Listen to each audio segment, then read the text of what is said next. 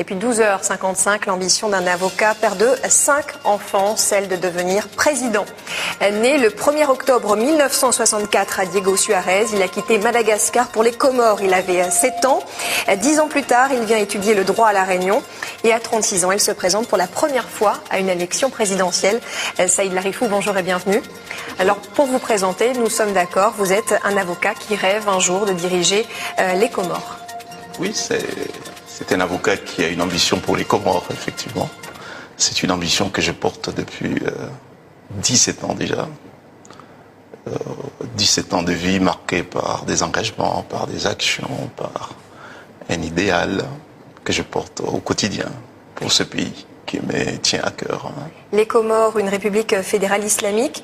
Est-ce que vous, personnellement, vous êtes un fervent défenseur de la laïcité?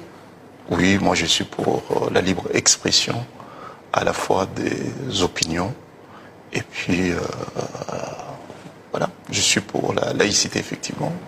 Je suis quelqu'un de très pondéré et très nuancé à la fois dans mes analyses et puis dans mes contacts. Avec le RIDJA, votre parti que vous avez créé en 1997, vous vous êtes présenté donc 2 fois à la présidentielle des Comores. Et ce combat politique vous a valu d'être arrêté, placé en résidence surveillée. Est-ce que vous craignez un jour de perdre définitivement votre liberté? Bon, écoutez, la liberté c'est un idéal. On ne l'acquiert pas facilement comme ça parce qu'on la veut. Il faut la conquérir et puis quelquefois cela peut vous réserver des mauvaises surprises. Bon, donc je n'exclus rien. Mais bon, je me suis inscrit dans ce combat et rien ne peut m'arrêter, effectivement.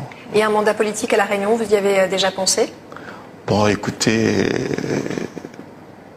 non, à La Réunion, malheureusement, non, ce n'est plus possible. Dans la mesure où mon engagement politique s'est inscrit dans un premier temps pour les Comores. Bien sûr que j'ai des amis ici à La Réunion, que ce soit de droite ou bien de gauche. Et il m'arrive effectivement d'exprimer mes soutiens aux uns et aux autres sans forcément m'impliquer dans une conquête pour acquérir un poste quelconque ici à La Réunion. Cela n'est plus possible dans la mesure où je me suis engagé pour les Comores. Les Comores, pourquoi? Parce que je pense que c'est une société jeune qui est en pleine mutation et que je pense qu'il y a beaucoup de choses à faire.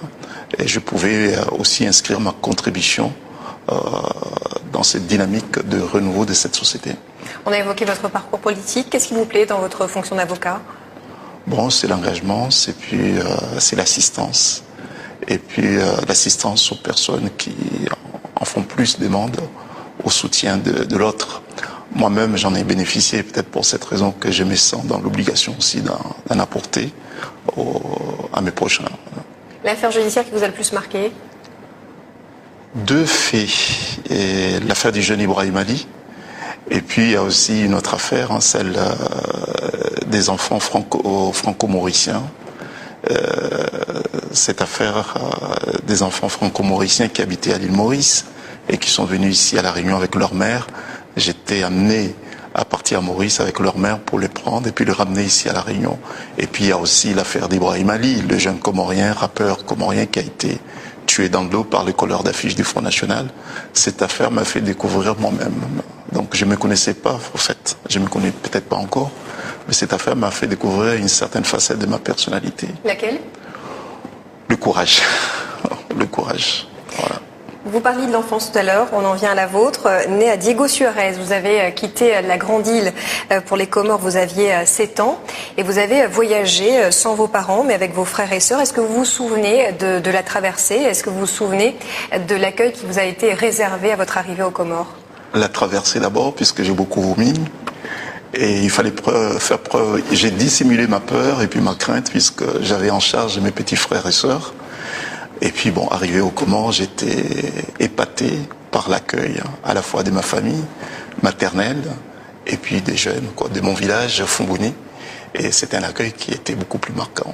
Est-ce que vous avez toujours compris le choix de votre mère de vous envoyer aux Comores avec vos frères et sœurs? Oui, puisqu'il fallait absolument que je m'imprègne de la culture comorienne, que je redevienne comorien avant d'imprégner une autre culture.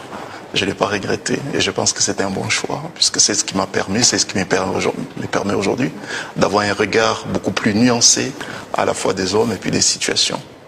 Et après les Comores, la Réunion à 17 ans, vous venez étudier le droit. Alors d'abord une capacité en droit parce que vous n'aviez pas le bac, et puis un DUG, une licence, et vous partez à Paris pour une maîtrise. Vous avez hésité entre le métier d'avocat et le métier de notaire. Oui, le métier de notaire, puisque effectivement j'ai un diplôme de 3e cycle notarial. J'ai commencé un stage dans une étude notariale dans le 9e arrondissement. Ça a duré combien? 3 mois. Et puis d'un seul coup de tête, j'ai décidé de mettre fin à cette expérience puisque ça me paraissait un peu mou et puis terne. Je voulais quelque chose de beaucoup plus actif et beaucoup plus engagé. Et lorsque j'ai mis le pied pour la première fois dans un cabinet d'avocat, tout de suite, je me suis dit que c'était mon destin et qu'il fallait que je m'inscrive dans ce métier d'avocat, et je ne regrette pas. Est-ce que vous avez dû travailler pour payer vos études? Oui, j'étais photographe amateur. Je faisais le tour des églises et puis des mairies de l'île de la Réunion pour faire des photos des gens qui se mariaient et puis ceux qui faisaient le baptême de leurs enfants, pour faire des photos et puis vendre les photos et financer mes études. Mais je suis aussi chanceux puisque j'étais boursier à la fois de l'État français et puis du Conseil général de la Réunion. Et si je vous dis très près, vous répondez quoi?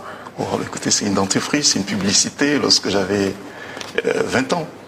C'est effectivement un souvenir, quoi. Voilà, bon, il fallait faire ça pour financer ses études. Vous avez eu donc des propositions pour la publicité, mais vous avez eu également des propositions pour le cinéma. Oui, effectivement, j'ai été sollicité pour jouer le rôle de Lumumba. C'est un grand homme d'État d'Afrique. Mais bon, on m'avait donné le scénario, je l'ai étudié pendant 2-3 mois. Je voyais que ça allait me prendre beaucoup de temps, voire même peut-être me soustraire de mon activité d'avocat. Et comme j'ai débuté dans la profession d'avocat et je n'étais pas certain de pouvoir faire une carrière dans le cinéma, j'ai laissé tomber. Vous regrettez ce choix ou pas? Bon, je ne regrette pas puisque je pense que je m'y plais bien dans tout ce que je fais.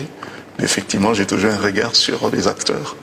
Alors, on l'a dit, vous êtes né à Diego, vous avez grandi entre Madagascar et les Comores et vous avez étudié à La Réunion. Où vous sentez-vous le mieux?